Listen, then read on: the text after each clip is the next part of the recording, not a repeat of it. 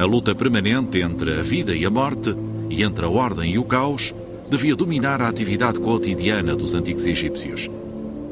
Quando precisavam de ajuda, a primeira coisa que faziam era recorrer aos seus deuses. No entanto, não era fácil chegar à residência dos deuses. Como as pessoas não podiam entrar, eram os deuses que tinham que sair.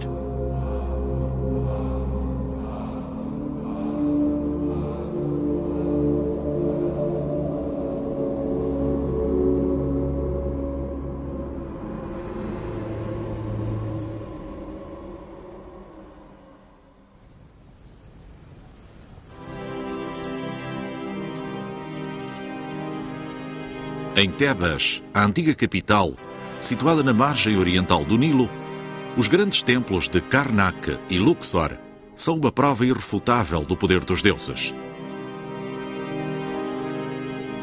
No Antigo Egito, todas as cidades e aldeias possuíam uma divindade local. O deus de Tebas era Amon-Ra. Se uma estirpe de faraós nascia numa cidade, a importância do deus local aumentava. Foi isso que aconteceu com Tebas. No início do Império Novo, em 1550 a.C., Amon-Ra era o rei dos deuses do Egito. A sua estátua de culto ficava no principal templo do Estado, o magnífico templo de Karnak, o maior do mundo.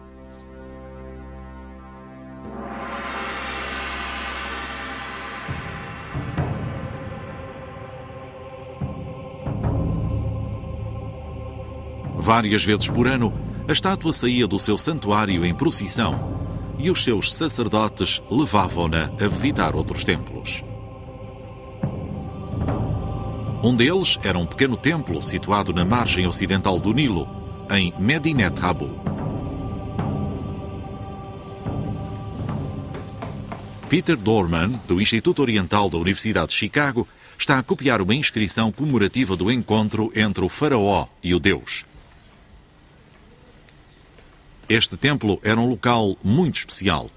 Os tebanos acreditavam que marcava o local do primeiro monte da criação, onde Amon-Ra e outros deuses primevos viram a luz do dia pela primeira vez. This is one of the sanctuaries where the statue of the god Amun would have been brought at the culmination of the festival procession in order to receive offerings made to the statue by the king himself. And on the wall of this sanctuary, we have an image of exactly the kind of offerings that would be made. Now, the figures on this relief have been hacked up during the medieval period for superstitious reasons. But aside from the hacking, we can see very clearly the figure of the king on the right and the figure of the god Amun on the left, seated on his throne, and between them an enormous pile of offerings consisting of jars of perfumed oils, cuts of meat, different types of loaves of bread, vegetables. Below, a slaughtered carcass of a cow.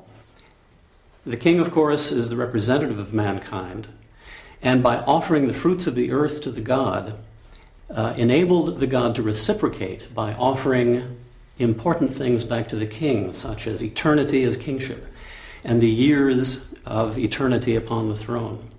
And in this fashion, the offering would reconfirm the creation of the world for another year.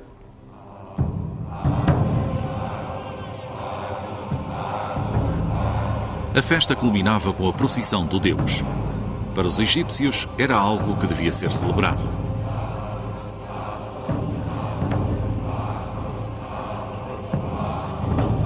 A estátua de Amon-Ra era levada em cima de um barco cerimonial ao longo da Avenida das Esfinges até ao Templo de Luxor.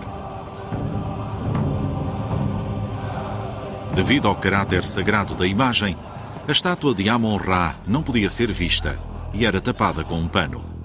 Pelo caminho, capelas montadas para a ocasião e cheias de ofrendas proporcionavam descanso ao deus e aos sacerdotes, ao mesmo tempo que os vendedores que se colocavam ao longo do caminho forneciam comida à multidão. A procissão era uma das poucas ocasiões que o povo egípcio tinha para se aproximar de um deus tão importante.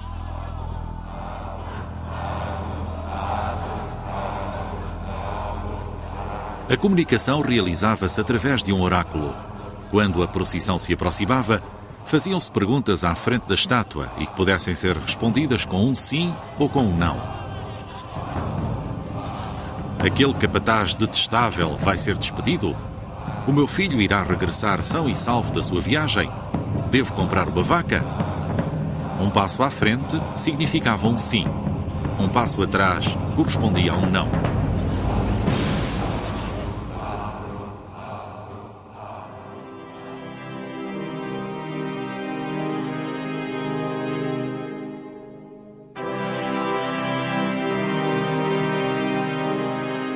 Os oráculos eram a última palavra da intervenção divina.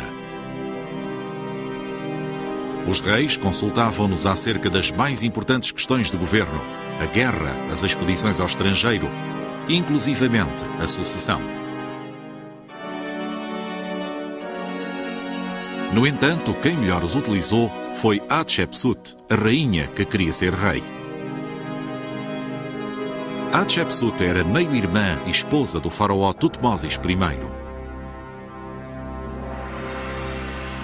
Quando este morreu, o seu filho, Tutmoses III, era demasiado jovem para governar e, por isso, Hatshepsut tornou-se regente. Contudo, a ambiciosa rainha tinha outros planos. Envergou os atavios da realeza e conseguiu que a coroassem faraó. Uns blocos de pedra da desmantelada Capela Vermelha de Karnak, uma das paragens de descanso de Amon-Ra durante as procissões, documentam esse facto. These blocks show the important gods of Egypt crowning Hatshepsut as king. Interestingly enough, the hieroglyphs that accompany the scenes sometimes refer to her as a woman and sometimes as a man. But the figures always show her as a man. Take this scene here. She's being crowned by the god Amun-Ra with the goddess Hathor in attendance. She is wearing the usual royal attire, in this case the Atef crown, the royal beard and the Shendid kilt. But you can see that her body is that of a male. This was very important for her, because the king of Egypt, the ruler of Egypt, always had to be a man. Para sancionar este facto tão extraordinário, Hatshepsut escolheu a ocasião mais adequada. Durante uma aparição pública, o deus Amon-Ra parou perante a rainha e, através de um oráculo, fez saber que ela era faraó por direito próprio. Fosse por intervenção divina ou por manipulação humana, o oráculo tinha a força da verdade. Aquilo que era bom para os deuses era bom para o Egito.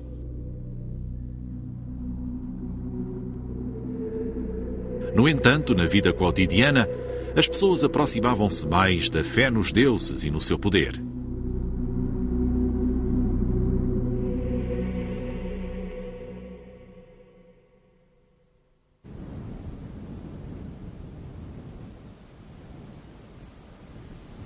Mil e 400 anos antes de Cristo, este povoado do deserto, agora chamado Deir el-Medina, era o lar dos artesãos que construíam os túmulos do Vale dos Reis.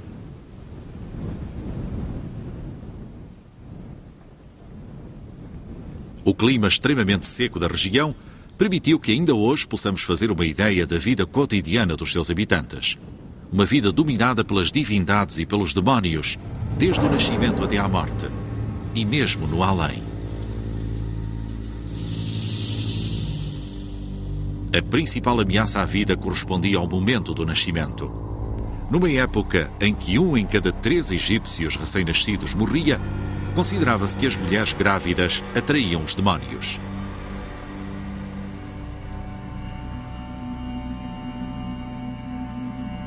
Dar à luz era um acontecimento feliz, mas, tal como a criação do mundo, estava rodeado de perigos.